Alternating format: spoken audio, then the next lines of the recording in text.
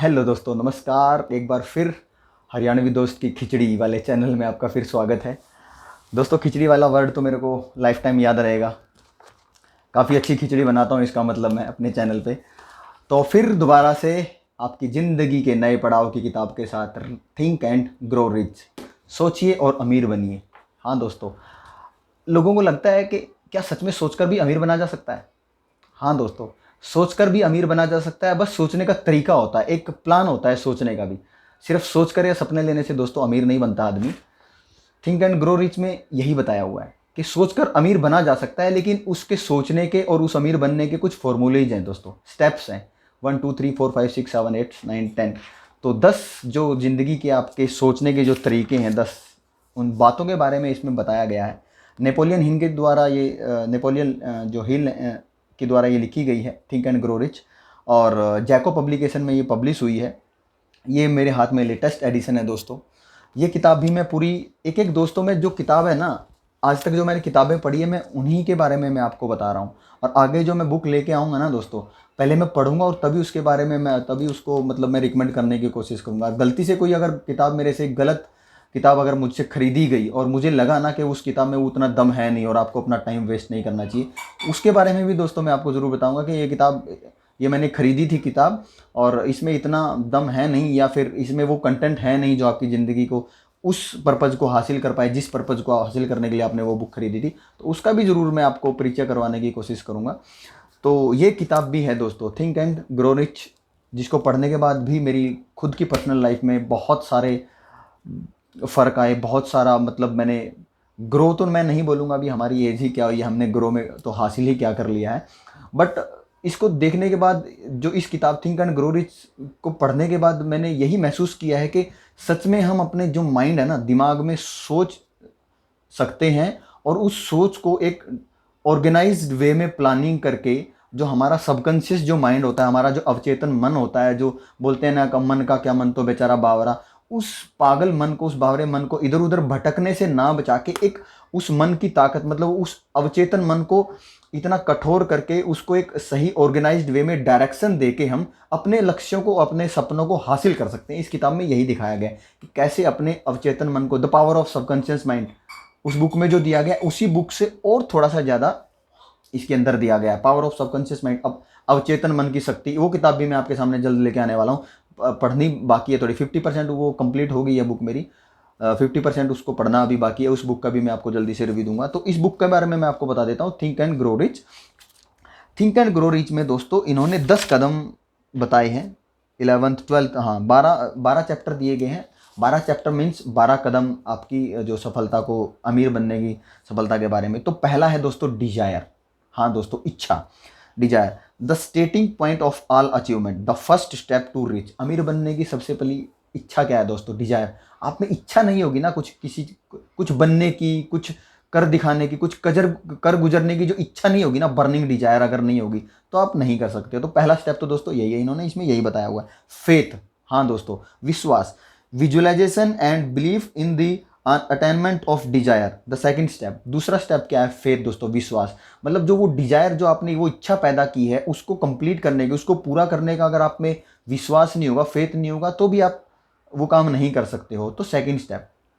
Third step, auto suggestion, जो स्वतः सुझाव, जो हमारे दिमाग में जो आइडियाज़, समझ लो आप उसको आते हो, जो ऑटो सजेशन मतलब हमारा दिमाग बोलता है, हमारा हार्ट बोलता है ये काम सही है, ये नहीं है, हमारे दिमाग में आइडियाज़ आते हैं, हम ये काम करें, ये नहीं करें, तो उसको ऑटो सजेशन वाले चैप्टर में इन्होंने दिया गया। The medium of influencing the subconscious mind, अवचेतन मन को जो डायरेक्शन देने की जो इसमें जो स्टेप है ना, वो ऑटो सजेशन में आता है। Specialised knowledge. हाँ दोस्तों, अगर जैसे कुछ भी काम आप करना चाहते हो ना, तो उसके लिए नॉलेज चाहिए। नॉलेज मतलब MA BA MSc PhD की डिग्री नहीं दोस्तों, स्पेशलाइज्ड नॉलेज। अगर आप एग्रीकल्चर के फील्ड में जाना चाहते हो, अगर आप गार्डनिंग के फील्ड में जाना चाहते हो, अगर आप माइनिंग के फील्ड में जाना चाहते हो, फाइनेंशियल सेक्टर में जाना चाहते हो, एडवोकेट वकील बनना चाहते हो, या कुछ ऐसी कंपनी खड़ा करना चाहते हो, तो उसके बारे में आपको उस चीज़ के बारे में, या डायरी करना चाहते हो भैंसों की, अगर डायरी करना चाहते हो, एक एग्जांपल मान के चलो, एक भैंसों की डायरी करना चाहते हो और आपके उस फील्ड के बारे में आपको नॉलेज ही नहीं है, तो आप सक्सेस नहीं हो सकते ना। तो स्पेशलाइज्ड नॉलेज, तो आपको जिस काम को आप करना है ना, उसके बारे में पहले स्पेशलाइज्ड एक अच्छी नॉलेज हासिल करो, स्पेशलाइज्ड ट्रेनिंग लो। अगर डायरी खोलना चाहते हो, डायरी की ट्रेनिंग लो। भैंसों के बारे में जानो, दूध के बारे में जानो, उसके बिजनेस के स्टाइल के स्टेटिक्स के बारे में जानो, तभी आप सक्सेस हो सकते हैं। तो स्पेशलाइज्ड नॉलेज में इन सब चीज़ों को उन्होंने बताया हुआ है। Imagination, the workshop of mind. Imagination दोस्तों, दिमाग की जो वर्कशॉप होती है ना, जो दिमाग को जो चलाती है दोस्तों, वो होती है इमेजिनेशन। अगर आप कुछ इमेजिन नहीं करोगे, कुछ सोचोगे नहीं, दूर को देखोगे नहीं, प्लस माइनस अगर किसी बिजनेस के बारे में नहीं करोगे या कुछ काम के बारे में, तो भी दोस्तों आप उस बिजनेस में सक्सेस नहीं हो सकते हो। तो उसके बाद है ऑर्गेनाइज्ड प्लानिंग, कि ये आपने डिज़ायर हो गई, आपके अंदर फेथ आ गया, ऑटो सजेशन भी हो गया, आपने स्पेशलाइज्ड नॉलेज भी गेन कर ली। उसके बाद ऑर्गेनाइज्ड प्लानिंग, उस काम को करना कैसे है, किस ऑर्गेनाइज्ड वे में करना है। तो organise planning is the 6th step to reach, मतलब छठा चैप्टर है ये। आपको 5 करने के बाद छठा ऑर्गेनाइज्ड प्लानिंग दोस्तों। उसके बाद डिसीजन, अब आपने सारे काम कर लिए, डिजायर आ गई, फेथ आ गया, ऑटो सजेशन आ गया, स्पेशल नॉलेज आ गई, इमेजिनेशन आ गया, ऑर्गेनाइज प्लानिंग भी कर ली। ये सब करने के बाद आपकी प्लानिंग तक आके आपका काम अटक गया, तो भी आप सक्सेस नहीं होने वाले। आपको डिसीजन लेना पड़ेगा ना, यस और नो।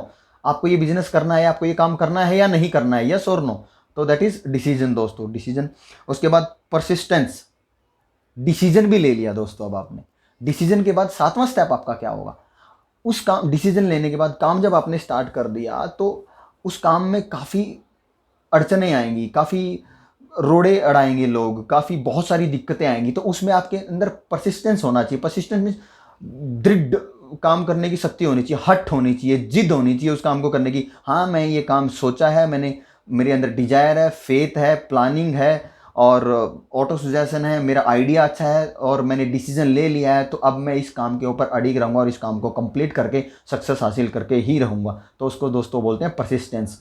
तो जो हमारा 8वां हमारा स्टेप है अमीर बनने का। उसके बाद 9वां पावर ऑफ मास्टर माइंड, प्रेरणा organiser.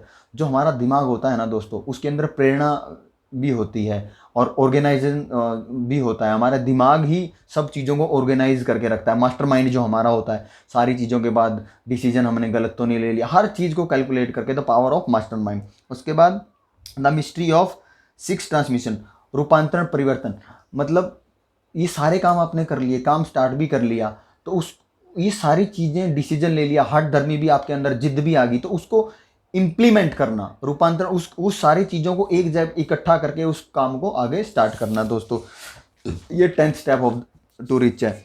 The subconscious mind, the connecting link, the 11th step to reach अवचेतन मन। जैसे मैंने बोला था, the power of subconscious mind, subconscious mind को कंट्रोल किए बिना या उसको पावर दिए बिना, उसको बूस्टर दिए बिना तो आप कुछ कर ही नहीं सकते हो। तो 11th चैप्टर में ये बताया गया, the brain broadcasting and receiving station for thoughts. Brain, दिमाग दोस्तों। आप सोचो, लोग बोलते हैं कि किसी भी काम को करने के लिए दिमाग की ज़रूरत होती है स्टार्टिंग में। नहीं दोस्तों, इन्होंने बोला है स्टार्टिंग में नहीं चाहिए, 12वें नंबर पे चाहिए दिमाग।